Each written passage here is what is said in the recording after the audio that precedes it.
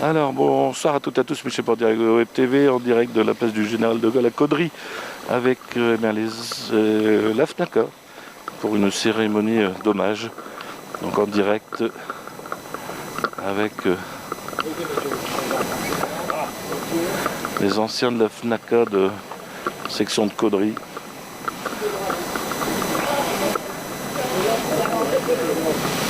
Qui vont faire un dépôt de gerbes sur le monument mort de Caudry. Et on va essayer de vous faire suivre en direct cette petite cérémonie.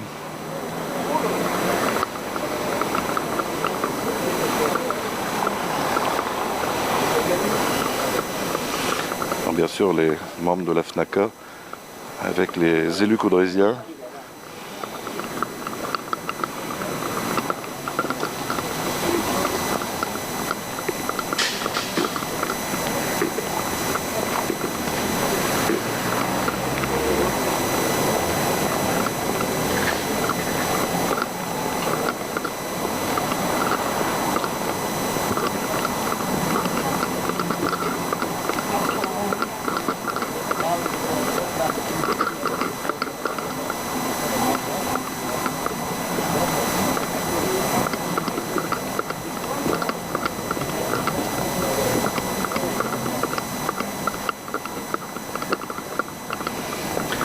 Donc pour ceux qui viennent de nous rejoindre, je vous rappelle, c'est une cérémonie organisée par la section FNAC de la ville de Caudry.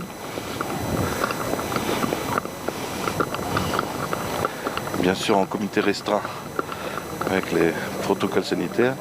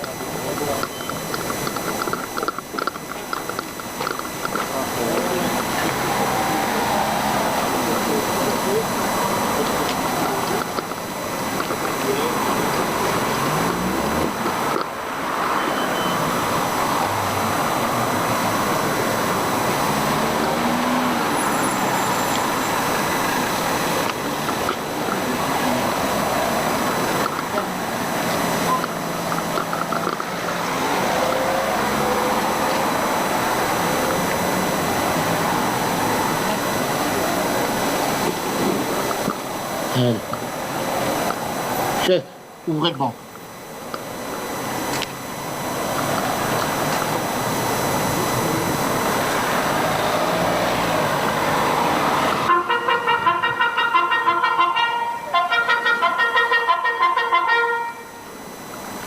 Remise de la croix du combattant à M. Jacques Canon par M. Jean-Claude Gabé, vice-président de la FNACA.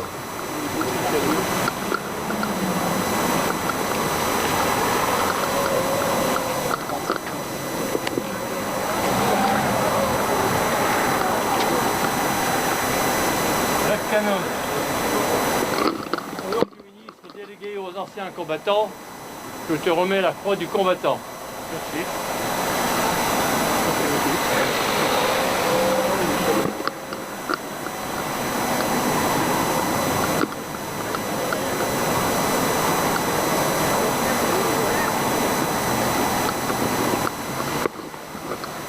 Chef, fermez le banc.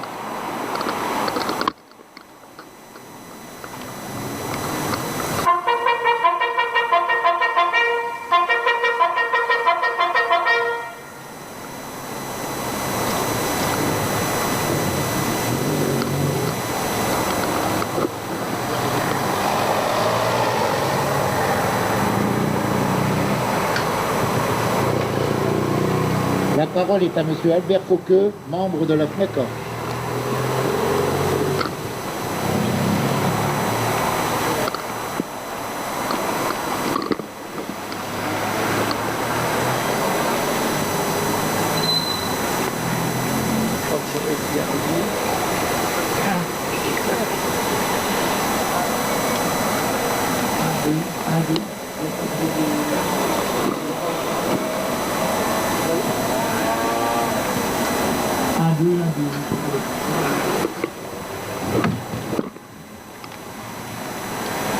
Je vais y aller là. J'ai oublié mes lunettes. Oh là là là.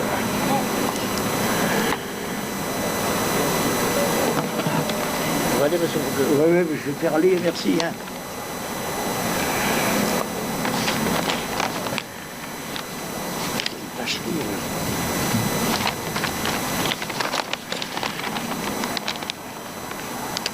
Monsieur le maire, mesdames les conseillères, en ce jour anniversaire, message pour le 19 mars 2021.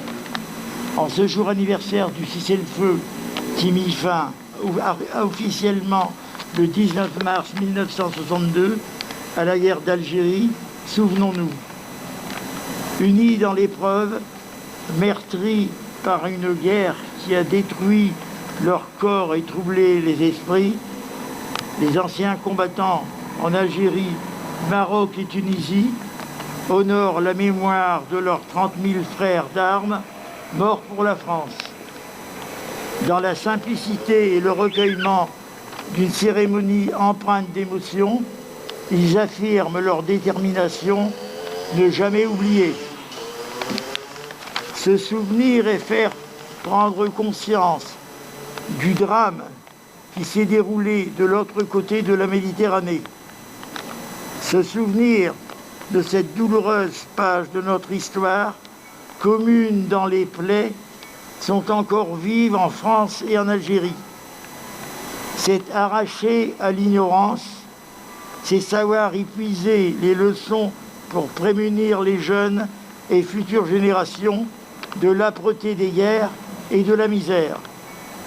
C'est agir pour un monde plus juste, plus solidaire, plus fraternel, dont dépend l'avenir de l'humanité.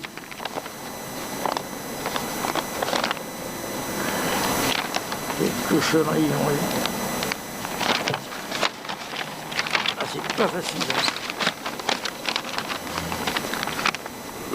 Nous exprimons notre reconnaissance aux personnalités civiles présentes à nos côtés et déterminées à transmettre les valeurs du monde combattant auxquelles elles sont très attachées. Leur soutien nous encourage à poursuivre nos travaux mémoriels et partenariats avec des personnalités d'origine et de milieux divers.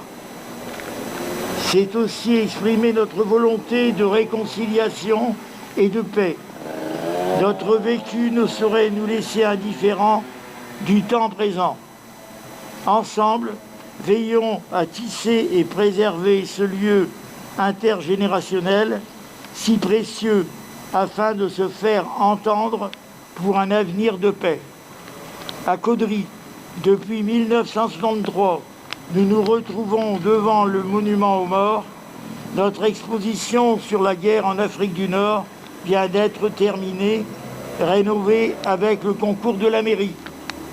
Nous invitons la population, notamment les enfants, des écoles, à la visiter.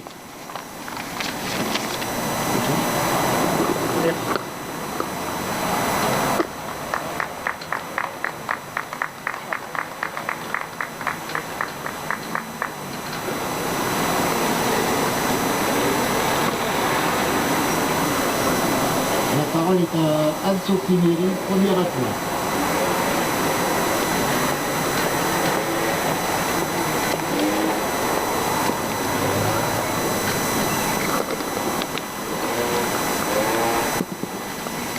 Monsieur le maire, madame l'adjointe aux associations patriotiques, messieurs les conseillers municipaux, messieurs les responsables d'associations patriotiques, mesdames et messieurs, Je vais vous donner lecture de Geneviève Darrieussecq, ministre déléguée auprès de la ministre des Armées, chargée de la mémoire et des anciens combattants. La paix n'était pas encore là, mais une guerre de 8 années allait s'achever.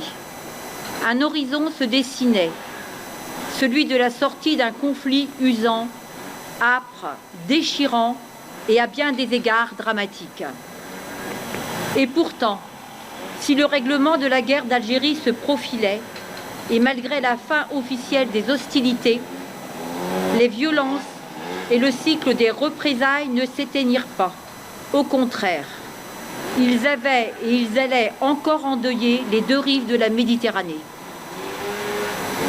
Le 19 mars 1962, un tournant décisif fut pris. Il bouleversa la vie de millions de femmes et d'hommes, en France comme en Algérie. Pour des milliers de familles, il y a eu un avant et un après. Nous nous souvenons aujourd'hui qu'il y a 59 ans, à midi, le cessez-le-feu était proclamé sur l'ensemble du territoire algérien en application des accords d'Évian signés quelques heures plus tôt. Ces accords annonçaient une nouvelle relation entre la France et l'Algérie. Dans ce temps de transition, au soulagement des uns faisait écho la détresse des autres. Aux espérances qui grandissaient répondaient les blessures qui se creusent. Pour des millions de soldats, c'était la promesse d'un retour dans leur foyer. Ils étaient des appelés et rappelés du contingent, des militaires de carrière, des forces de l'ordre du métropole et d'Afrique du Nord. Ils venaient de toutes les strates de la société. Près de 30 000 d'entre eux avaient été tués, près de 70 000 blessés. Ceux qui en sont revenus sont souvent restés marqués par ce qu'ils ont vu, par ce qu'ils ont vécu, certains empreints par un sentiment de défaite. Aucun d'entre eux n'a oublié. Pour les pieds noirs, les soldats membres des formations supplétives, les harkis, pour les Français de toutes aux origines qui firent le choix de la France, les semaines qui suivirent furent celles de l'exil ou des représailles sanglantes, celles du déracinement, entre incompréhension et ignorance. En nombre, des Français d'Algérie quittèrent une terre aimée, souvent natale, pour commencer une vie nouvelle dans un pays pour beaucoup méconnu. Aujourd'hui, nous nous souvenons également des civils, de toutes origines et de toutes confessions, victimes de violences, des exactions et des attentats. Nous nous rappelons de tous les disparus. Ces événements ont bouleversé notre pays, notre société et nos institutions. Ils ont ébranlé notre nation et nous le mesurons aujourd'hui encore. La mémoire de la guerre d'Algérie est plurielle, complexe, parfois encore brûlante. Incontestablement, nous sommes les héritiers de ce temps.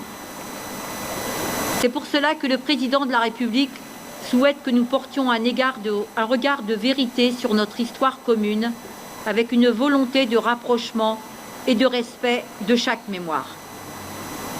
À l'instar de cette journée nationale, la France reconnaît toutes les mémoires, n'en occulte aucune et travaille à construire une mémoire apaisée. C'est aussi pour cela que nous devions continuer inlassablement à transmettre, à écouter et à valoriser les témoignages, à enseigner l'histoire de la guerre d'Algérie et à en expliquer les faits et les événements. Il s'agit là d'un engagement pour notre cohésion nationale. Je vous remercie pour votre écoute.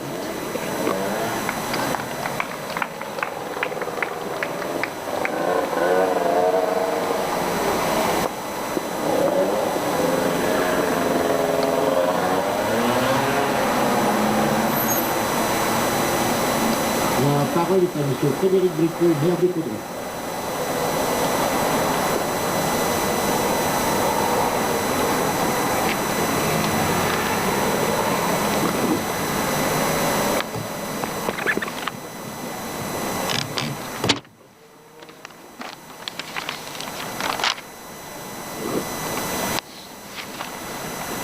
Monsieur le député, mon cher Claude, Madame la Première adjointe, Madame Richomme, responsable des associations patriotiques, commandante de Vienne, conseil municipal, Monsieur le Président de la FNACA, Messieurs les représentants de la FNACA, Monsieur le porte-drapeau, Mesdames, Messieurs,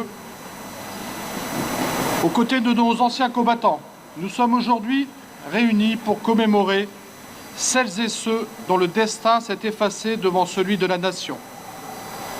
Ce 19 mars est la journée nationale du souvenir et du recueillement à la mémoire des victimes civiles et militaires de la guerre d'Algérie et des combats en Tunisie et au Maroc. Main dans la main avec ceux qui inlassablement mènent le juste combat du devoir de mémoire, je veux rappeler les faits. Entre 1954 et 1962, soldats de métier, jeunes appelés et rappelés du contingent harki, tous furent confrontés à la même épreuve d'une guerre dont les autorités ont voulu taire le nom. Parmi les 2 millions de jeunes Français mobilisés, 24 000 sont morts en Algérie, 4 000 en Tunisie et au Maroc, et 2 000 soldats sont disparus.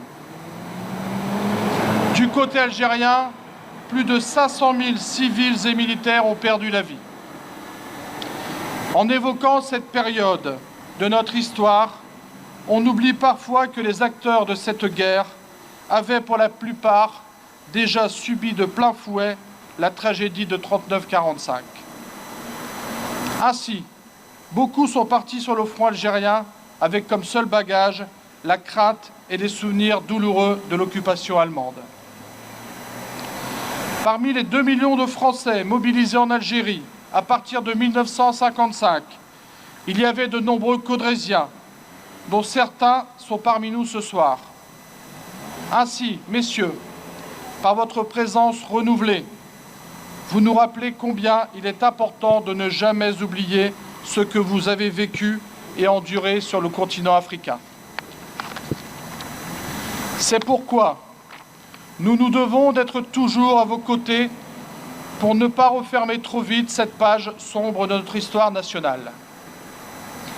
Les énormes sacrifices consentis par vous-même et toute une génération de jeunes Français méritent le plus grand des respects. Parmi vous, nombreux sont ceux qui ont passé près de 27 mois, loin de leur terre natale, avec comme quotidien la peur au ventre, la crainte de l'embuscade et, avouons-le, une certaine forme d'incompréhension sur la véritable utilité de cette mission. Parmi eux figuraient certains de nos concitoyens tombés au champ de bataille et pour qui il nous faut avoir une pensée toute particulière. Ils s'appelaient René Boissonnet, Daniel Brooking, Pierre Gillemans, Louis Maubihan, Jacques Nimal et Claude Poulain. Quel destin tragique pour ces jeunes Caudrésiens qui vivent à jamais dans nos mémoires. À l'instant où j'évoque les soldats disparus, je ne peux m'empêcher de me tourner vers nos amis les anciens combattants. J'ai le privilège de partager avec vous de nombreuses commémorations et j'ai eu très souvent l'occasion de vous rendre hommage. Mais malgré la force des mots, je sais pertinemment que je ne pourrai jamais vivre réellement ce que vous avez ressenti durant ces années de conflit. Ainsi, en souvenir de tous ces sacrifices, de ces vies pleines de promesses, mais trop vite interrompues dans la pleine force de l'âge, il nous faut régulièrement poursuivre ce devoir de mémoire, afin de ne jamais oublier les heures les plus sombres de notre passé. Il appartient en effet à notre génération, et en particulier à nous, élus de la République, de se comporter à l'égard des plus jeunes en guide éclairé d'un monde où l'on cherchera à faire reculer l'incroyable propension des peuples à se déchirer. Entre les immigrés, leurs enfants, petits-enfants, les pieds noirs, les juifs algériens, les harkis, les appelés qui ont fait la guerre, Les coopérants ensuite, 7 millions de personnes, un Français sur 10, ont une filiation ou un passé de près ou de plus loin avec l'Algérie. Voilà ce qui permet de mesurer l'ampleur de ce travail de mémoire. Cela passe aussi bien sûr par ces cérémonies commémoratives, mais aussi un important travail de sensibilisation effectué au plus près de notre jeunesse. Car il n'y a pas de plus beau combat que celui que vous menez pour installer la paix dans le monde. À ce propos, soulignons les initiatives récentes du gouvernement français visant à l'appui d'un travail historique et mémoriel, à jeter les ponts d'une meilleure compréhension de l'histoire. Je vous remercie pour votre attention.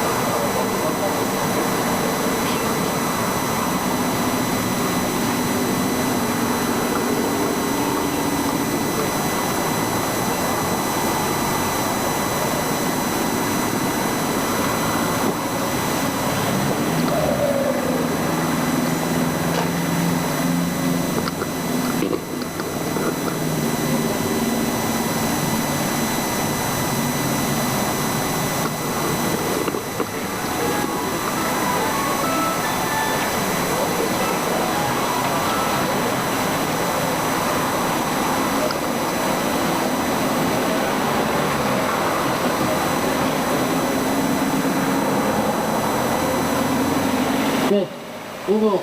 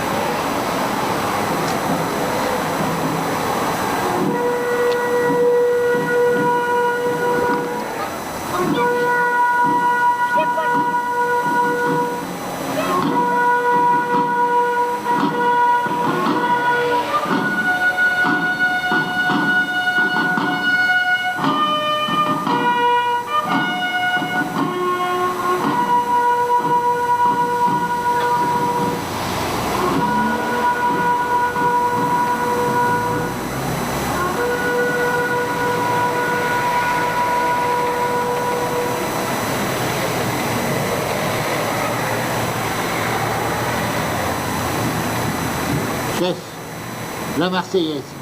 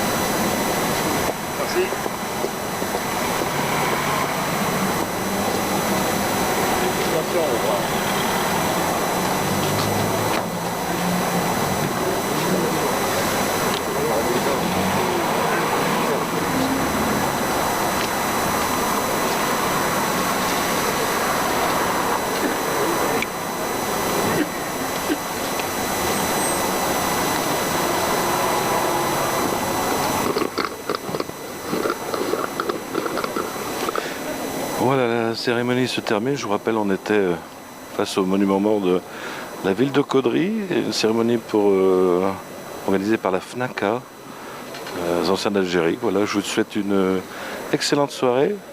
Puis nous, on se donne rendez-vous très prochainement. Bonne soirée à tous. À bientôt sur le direct de la Web TV. Je vous rappelle que ça sera rediffusé sur le site internet www.directdewebtv.fr et dans la soirée sur notre page YouTube. Bonne soirée à tous.